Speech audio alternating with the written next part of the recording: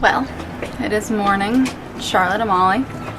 I don't really want to say good morning because it's been a long 2 days. Eric is not on the boat right now. He is in the hospital. So yesterday we spent all day at the hospital. Rivers and I and Eric with him. He was in the ER. They moved him to the surgical floor, and Rivers is not allowed on that floor. So Rivers and I came back to the boat. But yeah, basically, what, 2 days ago now? 3 days ago, Eric, whatever day we came over here, I don't even know. So today's Wednesday, so Monday, 2 days ago, Eric woke up with a stomach ache, but he was still functional. We still moved the boat over here. It wasn't a big deal. And like progressively through the day, it got worse to the point where he was throwing up and almost passing out during the night. And he's had bowel obstructions before, so we kind of knew that's what it was. But this one didn't go away. Usually the other ones work themselves out. But this one did not seem to want to do that. So yesterday morning, we got him in the dinghy, took him over to Yacht Haven Grand, and I bribed somebody to drive us to the hospital. Luckily, it's only a couple blocks up, but he couldn't walk that far. And then we spent 12 hours in the ER. He got an NG tube down his nose to suck up whatever they could. Not a great start to the day. They were worried about having to do surgery. We think everything's cleared up, but he hasn't talked to the surgeon again today. So yeah, last night he spent the night in the hospital. I don't know. I don't really know what that means for our sailing future, or if we're going to change anything. I don't know. We haven't really gone in depth on if this is like a life-changing hospital stay, or if we just keep on keeping on. I assume we kind of keep on keeping on. Yeah, and of course we're here in the US Virgin Islands when this happens, which means the doctor bills are going to be crazy. The doctor looked at us and was like, oh yeah, travel insurance doesn't work here. It's like, what's the point?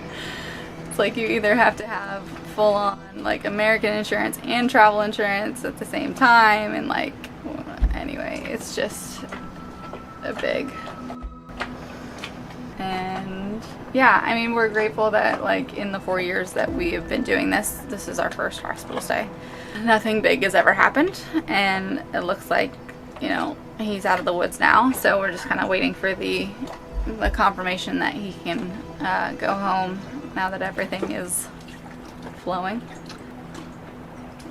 It's one of those things, it's always a possibility, but like, are you going to live your life on the possibility that something bad is going to happen, or are you and then never live your life, or are you going to go out and do things?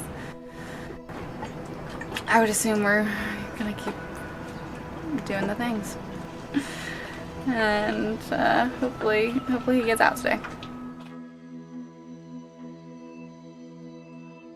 Alright, so this isn't my normal.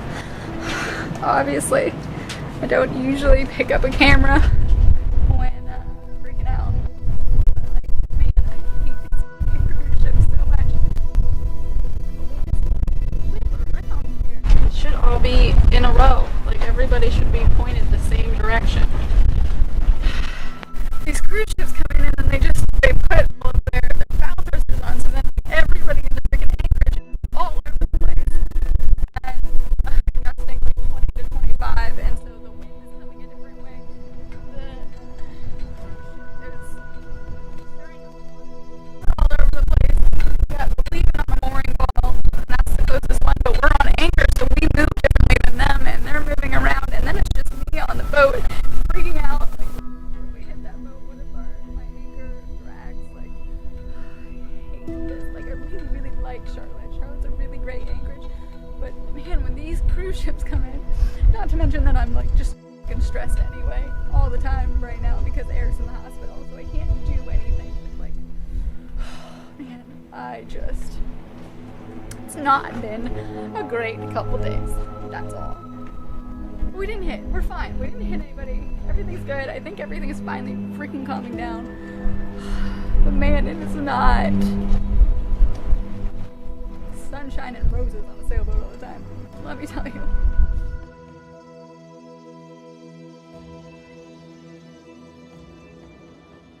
First taste of food in how many days? 2? Yeah. I'm gonna try to eat stuff that first night. Don't say it too loud, Rivers will steal it.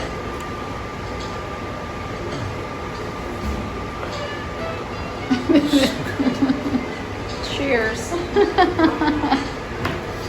best apple juice I've ever had. Yeah, Oh, look at that. Nondescript broth.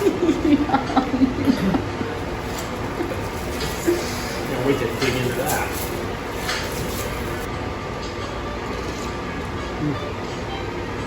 It tastes like Tastes like chicken noodle soup with all the noodles got stolen by your best friend.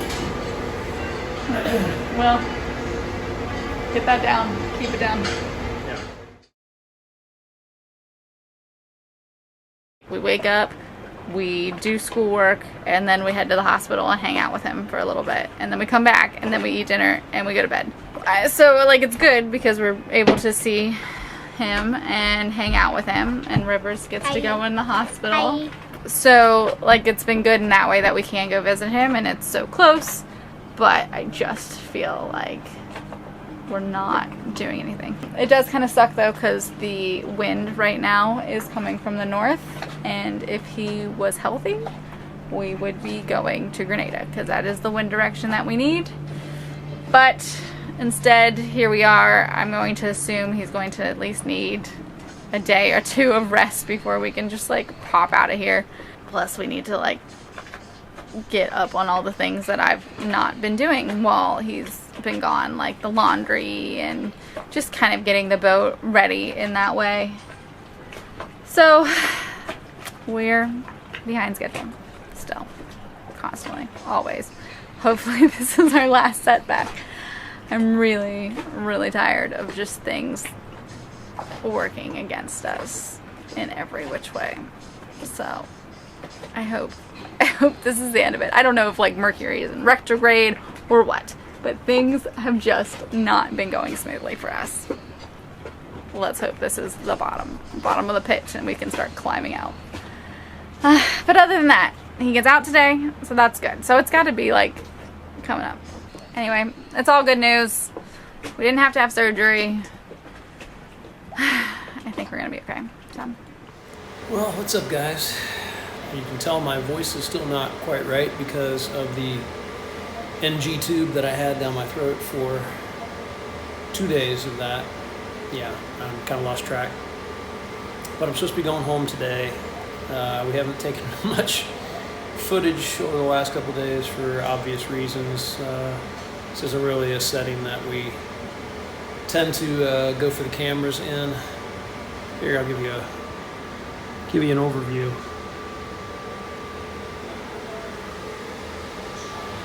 There's my AC unit.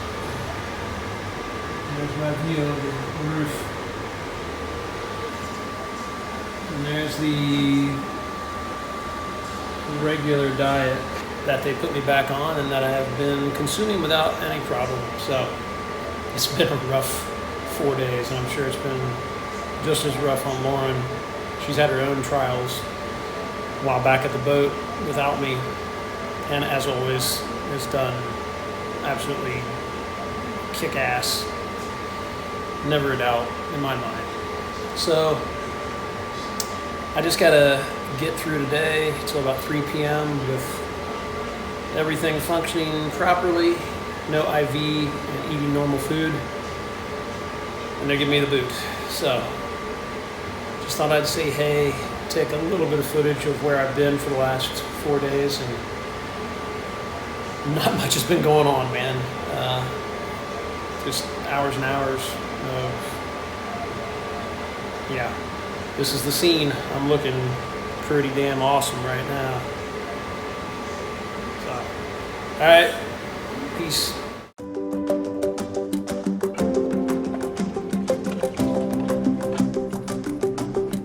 This is the place where I almost fell down. But it was well. Yeah, but you're good now. Today's the day. Hopefully we don't actually have a confirmation. Hopefully, maybe, I don't know. Hopefully, maybe, I don't know. But they said as long as everything's going well, Eric should be released at 3. So we are walking to the hospital now to go get him. It's like 2:15, so we got a little bit of walk to go. Maybe he'll get released at 4 o'clock. I'm just saying. Yeah, we don't know. We'll see.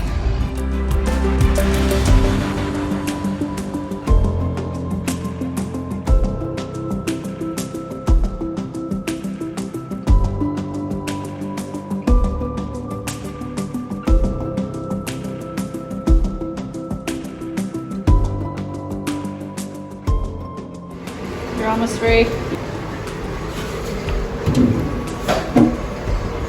Don't forget your secret stash. Yeah, we're bad hospital patients. But I would not have choked down even a third of what I ate without that. Did you make that for Dad? And you felt better. Amazing. It worked. Oh, your ride's here.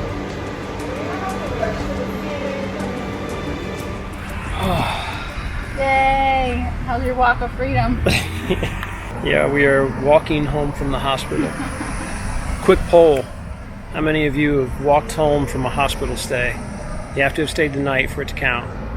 It's not that far, though. First stop is to the Kmart to get Eric some soup because he's on a liquid diet mostly. Yay!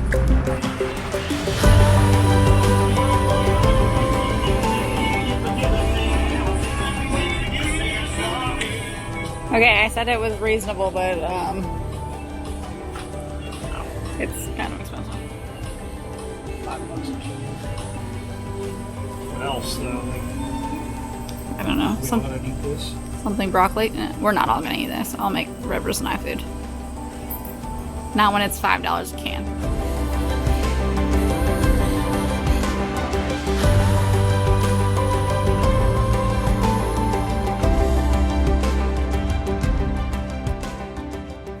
Alright, it's been a couple days since we've been back from the hospital.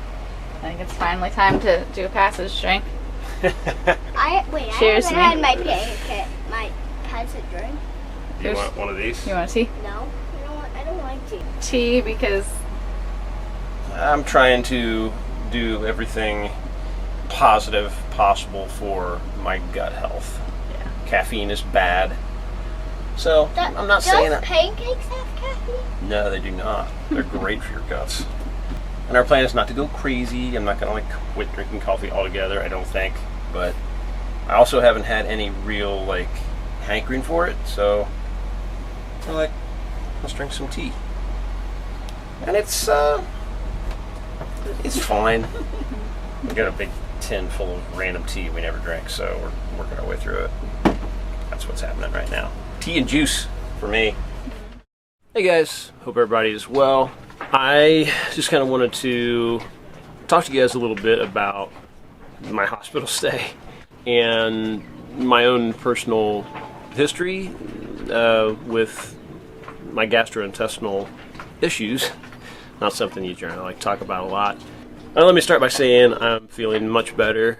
It took a while for my voice to come back. That NG tube goes in through the nose, down your throat, all the way down into your small intestine. And the reason for that is they want to suck out as much fluid as possible.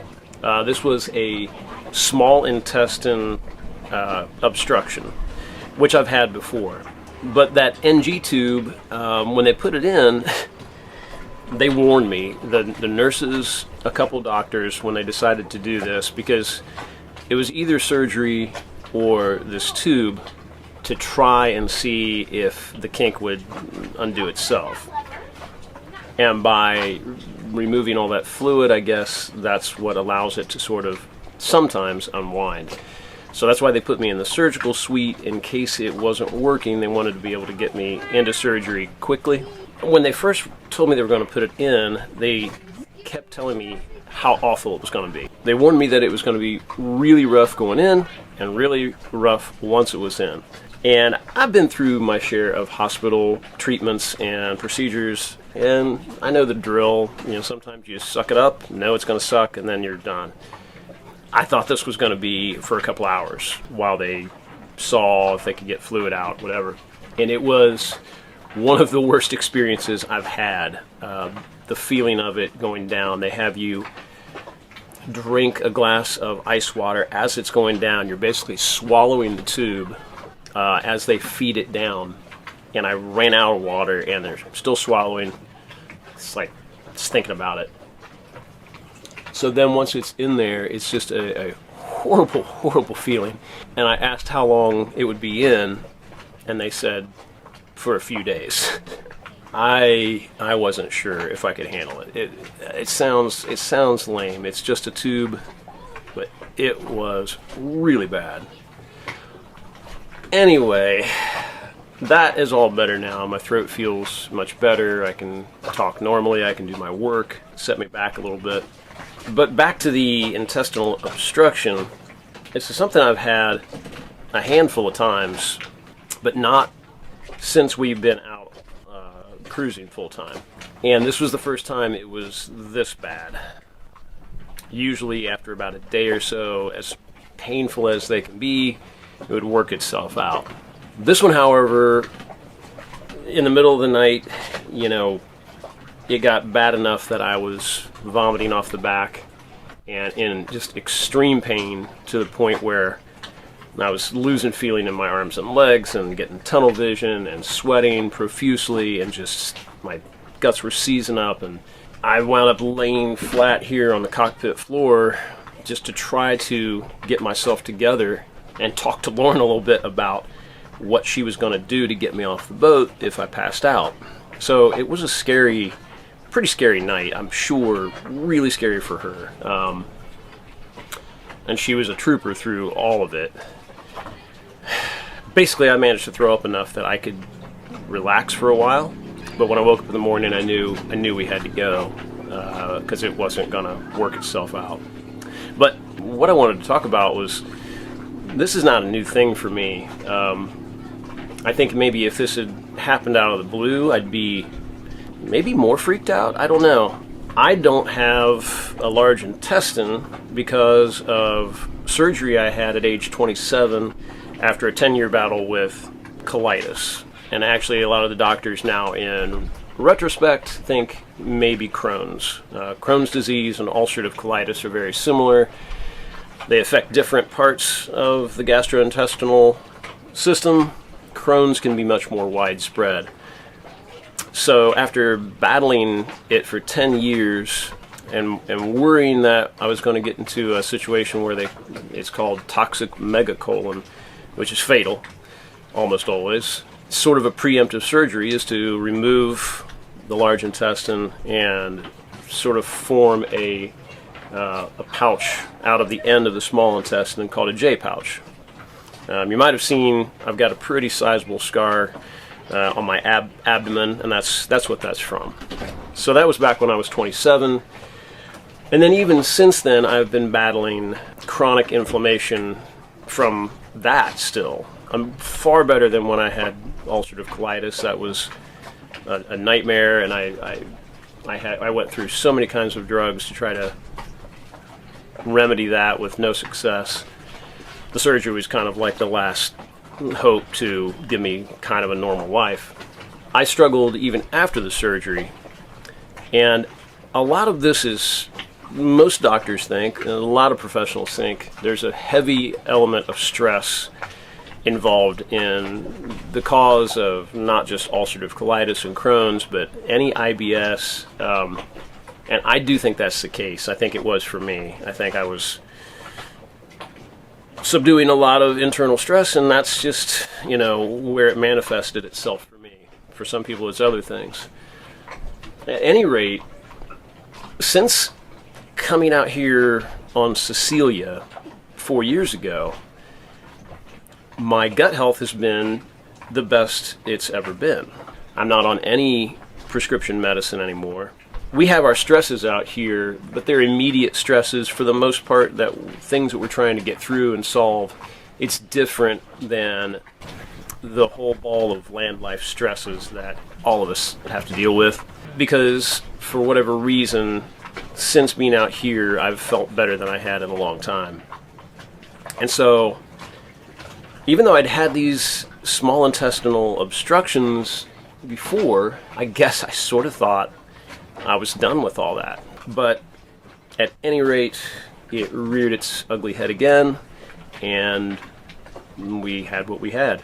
It was a rough stretch on the heels of a pretty stressful year, and I guess maybe that's indicative of why it happened. If an obstruction like that doesn't work itself out, it's only a matter of a few days before it kills the person, and it happens more frequently than I realized. And even if you get surgery for it, that's no guarantee that it won't come back. And in some cases, the scar tissue from the surgery itself, where they remove that whole section of intestine that is clamped into a knot, will cause further obstructions down the road. So these days they try to do anything they can to avoid the surgery, but you can only go so many days without the surgery before they have to do it. And I think that was one of the first times, even with all the stuff that I've had with my guts, that I kind of was worried that things wouldn't work out okay. And again, the rest of my life I've always just sort of had an attitude that everything would work out for the best. This time, some doubts were creeping in, and I knew that Lauren was kind of scared and kind of freaked out, and having to come back and be on the boat by herself in not the best conditions, and it was a rough week. But ultimately, we're just gonna keep pressing on like we always do, all the way back to when I first had ulcerative colitis. I had an attitude, even at my sickest, and I was really sick at times, that I was still going to do whatever the hell I wanted to do, no matter what I had to do. You know, I've always been active. I've always done snowboarding and water sports and sailboat racing and all this stuff. And through the years, I've just forced myself to do what I wanted to do, even though having this disease made it really, really difficult at times. Here we are all this way down the road thinking that I'm kind of done with all that, and I get a 4-day hospital stay out of the blue.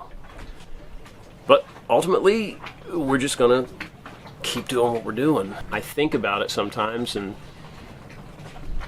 I wonder what would happen if this happened to me when we're on a 5-day passage. We want to cross the Atlantic, we want to go do the Mediterranean, we want to come back across the Atlantic, we want to go to the Western Caribbean, and maybe someday we'll go do the Pacific as well. We're kind of trying to time all that up, and so that Rivers gets the most out of it possible, and we do too, and the boat's ready and all that. It sounds like such a simple thing, but I get a simple little knot in a small intestine, which I've had so many times now, out in the middle of the Atlantic Ocean. What happens, But it's just not in me, and it's not in Lauren to just quit everything and go sit at home wondering, if that might have happened. I don't know what I'm trying to say. I guess, we're going to keep sailing. We're going to keep doing all the things we plan to do.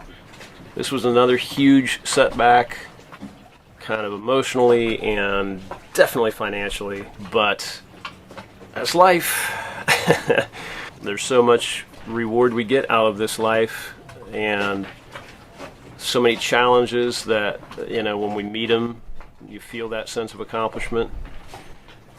I can only hope that, that this was a dip in the highs and lows, and that everything's going to kind of continue to smooth out. We've had had a ton of good sailing and tons of good passage making. It's all the other stuff that's kind of made life difficult. So, and for now, I feel absolutely fine. I think it actually has been kind of good for our health for the interim, because the surgeon straight up told me when I asked, what can I do to keep this from happening again? She said nothing. She said there's not really anything you can do. Diet doesn't really affect it. And I just don't know if I believe it. I'm pretty good to my system, I think. We drink. We don't really drink that much. You see us drink a lot of passage drinks, but you see every one. In between there, I think we're pretty normal. We might have a drink a night, you know, maybe a couple depending on the situation. I drink 1 to 2 cups of coffee a day. But at any rate, after this, I just didn't really have much taste for any kind of liquor or beer or anything, and I even went down to less coffee, so looking at about a cup of coffee a day now. And so, if nothing else, that's not a bad thing. I can't think it would be bad for me to try to take care of my guts as much as possible, and caffeine and alcohol are 2 big ones that are very hard on them. So I'm going to stay hydrated. I'm going to try to continue the good habits. We're still going to be doing passage drinks, but you know, we'll probably drink a little less on the off days, if at all. I don't know what else to report other than I'm doing well now. That sucked, but no matter how you look at it, it could have always been worse. Wasn't the best place to be because we were not insured for any place in the U.S., but there was a good, reputable hospital right there that we could get to easily, and there's many places we've been where that would not have been the case. So we'll take that as a win and move forward from there. Cheers, guys. Thanks for all the support. I realize this video is probably going to be kind of a downer and one that's just a lot of us explaining things that happened, but they happened, and we gotta show them to you whichever way we can. So hopefully we'll be back with a much more upbeat video next time. So, all right, cheers, guys.